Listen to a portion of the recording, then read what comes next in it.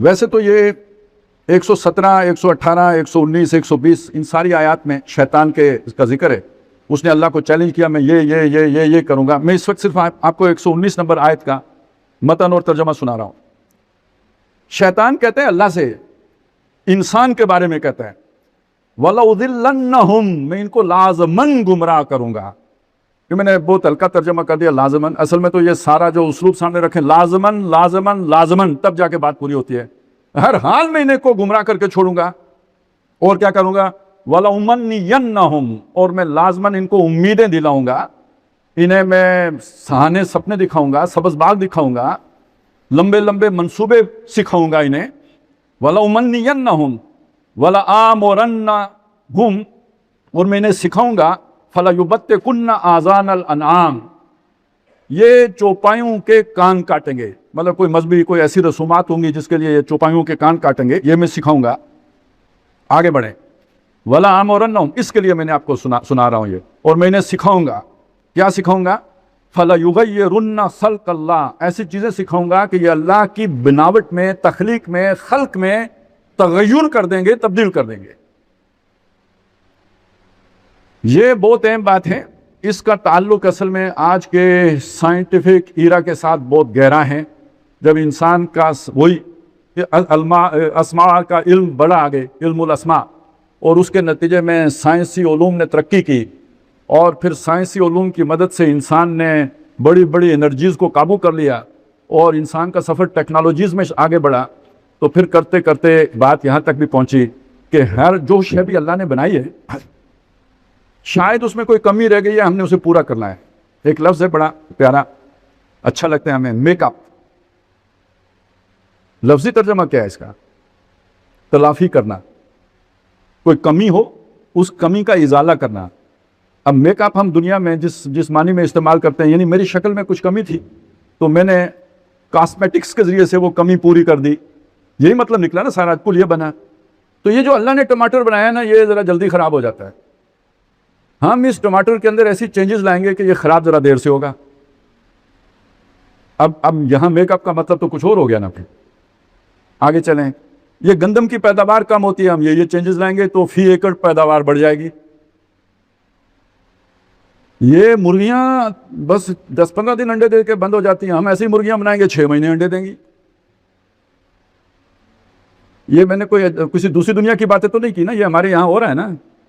جب سے انسان بنا یہی مرغیاں تھیں، اتنے ہی انڈے دیتی تھی، اس سے زیادہ نہیں دیتی تھی. اس کے بعد جو ہے نا وہ کلک ہو جاتی تھی.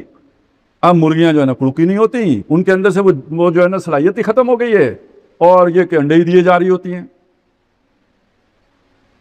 اگر انسان نے حیوانات کی سطح پر اور نباتات کی سطح پر اتنی دسترس حاصل کر لی تو انسان بھی تو ایک ایوالوڈ حیوان ہی ہے نا. تو یہ جو ایوالوڈ حیوان ہے اس کے اوپر بھی کام چلائیں گے.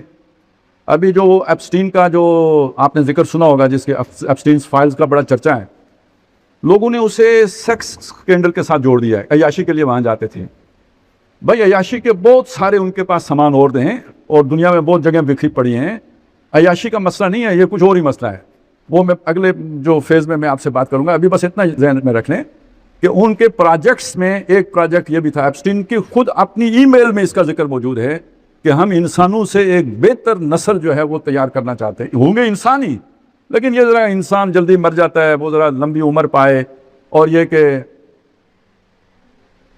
اس کی صلاحیتیں بھی زیادہ ہوں، تو وہ کوئی جینز میں جا کے تبدیلی کرنے کی ضرورت ہوگی، کوئی ڈی این اے کے اندر جا کے تبدیلی کرنے کی ضرورت ہوگی. تو ہم ایک زیادہ جسمانی طور پر بہتر انسان اور دماغی طور پر، اب ذرا اسے اگر آپ کنیکٹ کر دیں آج جو ہے نا وہ آرٹیفیشل انٹیلیجنس کے ساتھ انسانی دماغ کو، تو کیا بلا بن جائے گا. تو اب اصل میں بات یہاں تک، اللہ کی تخلیق کو تبدیل کر کے ایک نئی صورت پر ڈھالنا. اب اس سے ہوتا کیا ہے، دیکھیں بات سمجھیں. بات یہ کہ اللہ نے اس کائنات کی تخلیق ایک توازن کے اوپر کی ہے.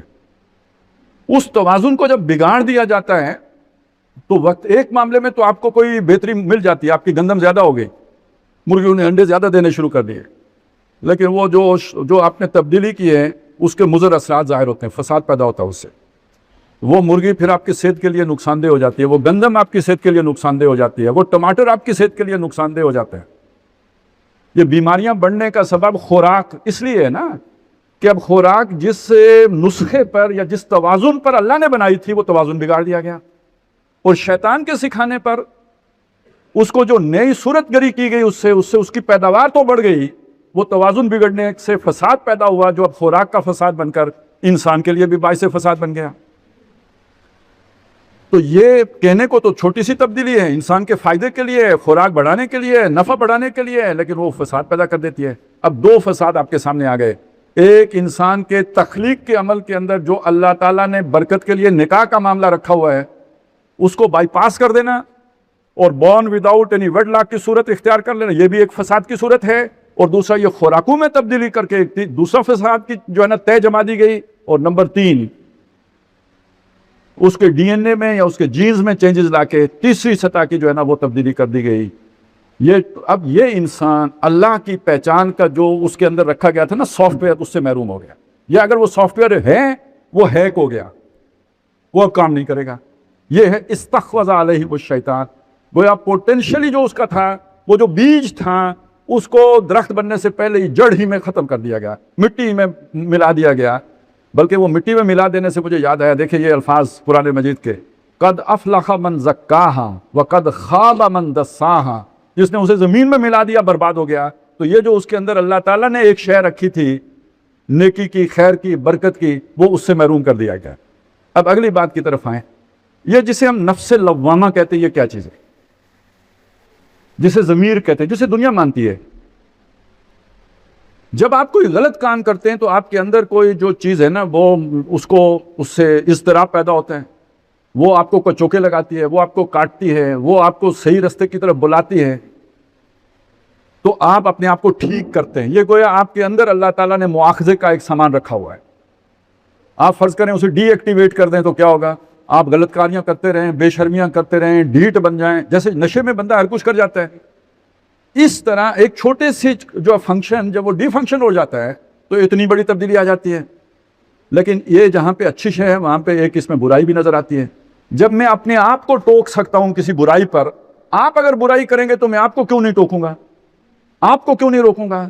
ساری جو کریٹیک جنم لیتی ہے اور اس کے نتیجے میں جو احتجاج پیدا ہوتا ہے اور جو بغاوت جنم لیتی ہے وہ اس نفس لوامہ کی پیداوار ہوتی ہے۔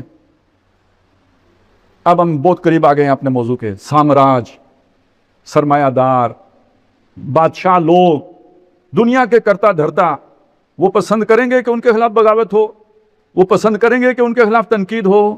تو ایک ایسا انسان جو نہ اپنے اندر جھانکنے کی قدرت رکھتا ہو، نہ معاشرے پر تنقیدی نگاہ ڈالنے کی صلاحیت رکھتا ہو، نہ کوئی تنقید کر کے کوئی احتجاج منظم کرنے کی اس کے اندر جو ہے نا اب ہمت اور جرت باقی رہ گئی ہو، نہ وہ بغاوت کر سکتا ہو، مکمل طور پر شیطان کے تابع ہو گیا یا نہیں ہو گیا؟ یہاں تک اب یعنی یہ گویا ہر دور کے بادشاہوں کی یہ سوچ رہی ہے۔ پہلے وقتوں میں جب یہ ساری سائنس نہیں تھی تو یہ کام کیسے کیا جاتا تھا؟ بادشاہوں کے ساتھ جادوگر ہوتے تھے۔ موسیٰ علیہ السلام کے مقابلے میں کس کو لایا گیا تھا؟ جادوگروں کو لایا گیا تھا۔ اسلامی دور آیا تو بادشاہوں کے ساتھ تزکیے والے ہوتے تھے۔ میں کچھ اور ہی ذہن میں آیا تھا، میں نے روک لیا۔ اور تزکیے کا مطلب کیا؟ دوسرے پہ تنقید نہیں کرنا، یہ تزکیے کے خلاف ہے۔ تم اللہ والے ہو، بس اللہ اللہ کرو۔ مقصد اب بھی وہی ہے کہ کوئی بادشاہ کو یہ نہ کہہ دے کہ بادشاہ ننگا ہے، وہ اپنا کام کرتے رہیں، تم اللہ کو راضی کرتے رہو۔ یا بہت ہی زیادہ تمہیں جوش چڑھ گیا ہے تو جنگل میں چلے جاؤ، سوسائٹی میں رہو ہی نہ، جہاں تم تنگ ہوتے ہو، جہاں تمہارا ضمیر ملامت کرتا ہے، وہاں سے نکل جاؤ۔ یعنی بغاوت کرنے سے بہتر ہے جا کے جنگل میں ڈیرا لگا لو۔ اب انسان ٹیکنالوجی میں وہاں پہنچا ہے کہ صوفی کی ضرورت ہی نہیں، اور یہ کہ کوئی اس طرح کے تزکیے کے عمل کی ضرورت ہی نہیں۔ وہ بچہ پیدا ہی ماشاءاللہ تزکیہ کیا ہوا ہوگا، نہ اس کے اندر بغاوت کا بیج ہوگا، نہ اس کے اندر کریٹیک کرنے کی صلاحیت ہوگی، نہ اس کے اندر جو ہے نا وہ کوئی احتجاج کرنے کا مادہ ہوگا۔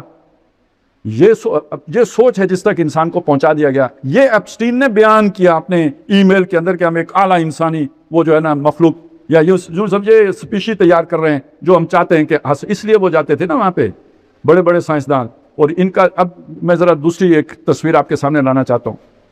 دیکھیں شیطان نے یہ جو دعوے کیے تھے آدم علیہ السلام پر، اس نے پہلا وار کیا۔ اللہ تعالیٰ نے آدم علیہ السلام کو توبہ کی توفیق دی، واپس پٹڑی پہ آ گئے۔ اب اس کے بعد ان کی اولاد میں حابیل اور قابیل ہیں۔ قابیل پر اس نے دوسرا وار کیا، اس نے حابیل کو قتل کرے، فساد کا آغاز ہو گیا۔ یہاں سے یہ سلسلہ چلا، بیچ میں کوئی انبیاء آئے، حضرت شیس آئے، حضرت ادریس آئے علیہم السلام، پھر حضرت نوح علیہ السلام آئے،